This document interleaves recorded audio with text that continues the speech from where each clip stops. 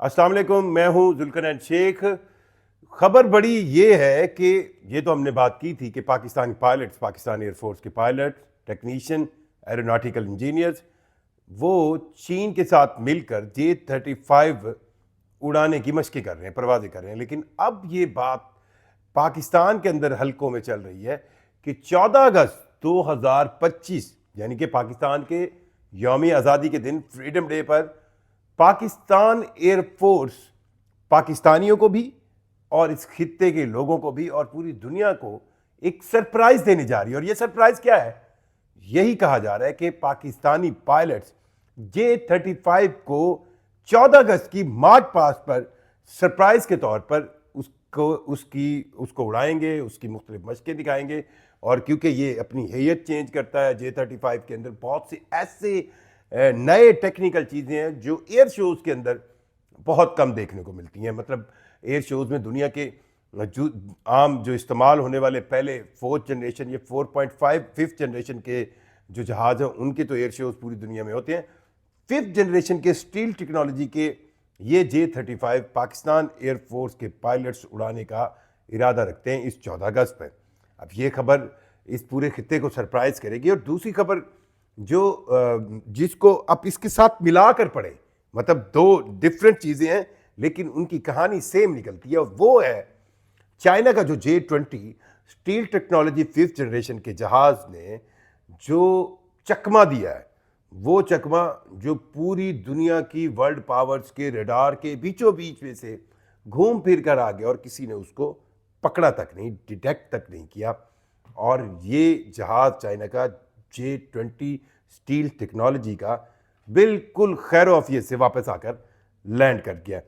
इसने सुशीमा स्ट्रेट, वो एक समुद्री रास्ता, बहुत नैरो समुद्री रास्ता जो जनूबी कोरिया और जापान के दरमियान मौजूद समंदर है, और ये इतना एक इम्पॉर्टेंट स्ट्रैटेजिक पॉइंट है कि यहाँ पर जनूबी कोरिया के रडार सिस्टम, जापान के रडार सिस्टम और फिर यूनाइटेड स्टेट्स के सबसे एडवांस तरीन रडार सिस्टम मॉनिटरिंग करते हैं कि यहाँ पर कोई, वो कहते हैं ना जिसको आम फहम अल्फाज में, कि कोई चिड़िया भी पर मारे तो उन्हें पता चलता है। 24 घंटे मॉनिटरिंग होती है, इंच टू इंच मॉनिटरिंग होती है। चाइना ने अपना 27 जुलाई को एक J-20 भेजा और वो यहाँ से घूम फिर कर इस पूरे सुशीमा स्ट्रेट से होता हुआ जापान के इर्द गिर्द घूमता फिरता वापस ताइवान आया, ताइवान की पेट्रोलिंग की और वापस चाइना में लैंड कर गया। और इस जहाज़ ने वापस जब लैंड किया उसके 2 दिन बाद, 2 दिन तक चाइनीज़ गवर्नमेंट ने ये देखा कि क्या कोई रिपोर्ट, कोई इसके हवाले से अमेरिका या उसके इत्तेहादी को पिन पॉइंट करते हैं, ऐसा नहीं हुआ। और फिर उन्होंने ऑफिशियली जो चाइनीज़ CCTV है उसकी तरफ से ये खबर जारी की। और इस खबर के अंदर जो जहाज़ दिखाया गया है, नाम नहीं लिया गया, लेकिन उस जहाज़ के मॉडल से लगता है कि ये J-20 है। उन्होंने स्टील टेक्नोलॉजी 5th जनरेशन के जहाज़ का कहा। अब ये बात इस बात का सबूत है कि चाइनीज स्टील टेक्नोलॉजी बहुत ही आला नौइयत पर पहुंच चुकी है। और इस स्टील टेक्नोलॉजी को, यानी रडार से गायब होने वाली टेक्नोलॉजी को, इस लिहाज से शो कराया जा रहा है कि J-20 ने इसको क्रॉस किया, क्योंकि J-20 और J-35 के अंदर एक बहुत बड़ा फर्क है। जैसे अमेरिका के रैप्टर F-22 और F-35 के दरमियान फर्क है। F-35 और रैप्टर F-22 के अंदर जो मेजर फर्क है उनके साइज का। F-35 कहते हैं साइज में छोटा है, इसी तरह J-35 भी साइज में छोटा है।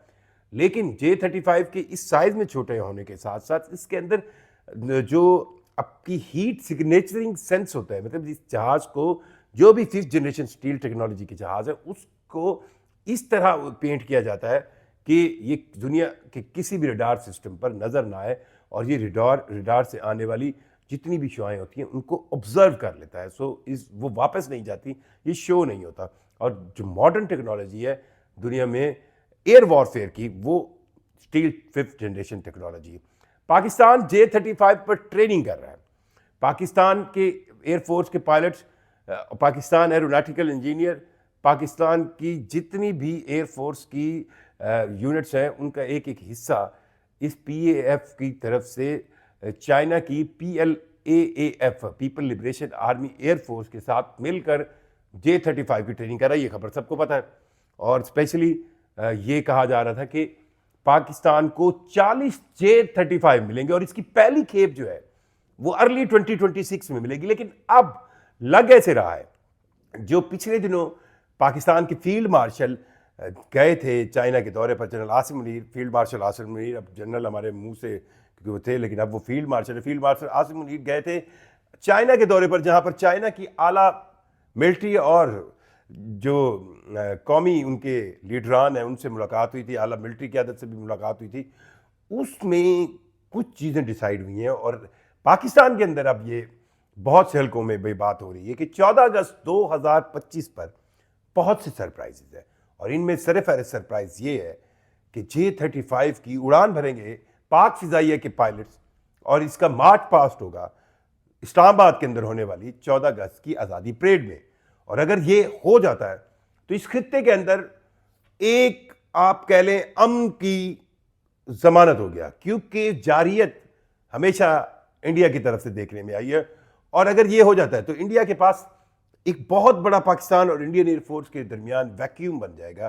पाकिस्तान और इंडिया की जो फिजाई एबिलिटीज़ हैं उनके दरमियान एक फ़र्क आ जाएगा और इस फ़र्क को ख़त्म करना एक दिन का काम नहीं है, क्योंकि अमेरिका से F-35 लेने की इंडिया की बात हुई, लेकिन F-35 के तजर्बाती रिजल्ट्स जिस तरह आ रहे हैं, जिस तरह वो तबाह हो रहे हैं, उसमें अमेरिका बहुत ज़्यादा चाहता है कि ये ख़रीदे इंडिया, पर इंडिया कहीं ना कहीं रिलेक्टेंट है, क्योंकि राफेल की डील के अंदर उनको कम अज़ कम इतना अंदाज़ा नहीं था कि राफेल क्या J-10C जो चाइनीज़ हैं इनको कम्पीट कर सकेगा।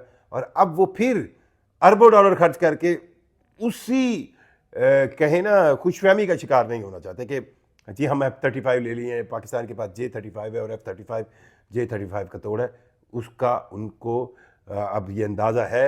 और लास्ट टाइम भी यही कहा जा रहा है कि इंटेलिजेंस फेलियर PL-15 मिज़ाइल जो PL-15E पाकिस्तान ने J-10C में इस्तेमाल किया है, उसके बारे में उनको सबसे बड़ा इंटेलिजेंस फेलियर इंडिया को यही रहा कि ये 150 किलोमीटर तक मार कर सकता है, जबकि उसकी मार 200 किलोमीटर या उससे भी ज़्यादा थी।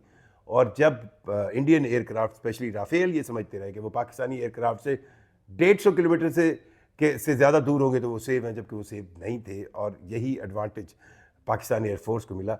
सो J-35 के जवाब में F-35 क्या रिलायबल एक वेपन होगा, ये बहुत अहम सवाल है जो कि इस वक्त इंडियन मिलिट्री इस्टेब्लिशमेंट या मिलिट्री इंटेलिजेंस के दिमागों में गूंज रहा होगा। और अगर पाकिस्तान J-35 का 14 अगस्त 2025 पर फ़िज़ाई मुज़ाहरा कर देता है और उस शो कर देता है कि ये उनके पास आ गए, तो फिर इस खित्ते में ये बात तो कन्फर्म हो जाएगी कि आपको कम अज़ कम उस वक्त तक, जब तक इंडिया के पास ये टेक्नोलॉजी नहीं आती, अमन मिलेगा। कमेंट करके अगर आपको लगे कि कोई ख़ास बात है ज़रूर बताइएगा। शुक्रिया।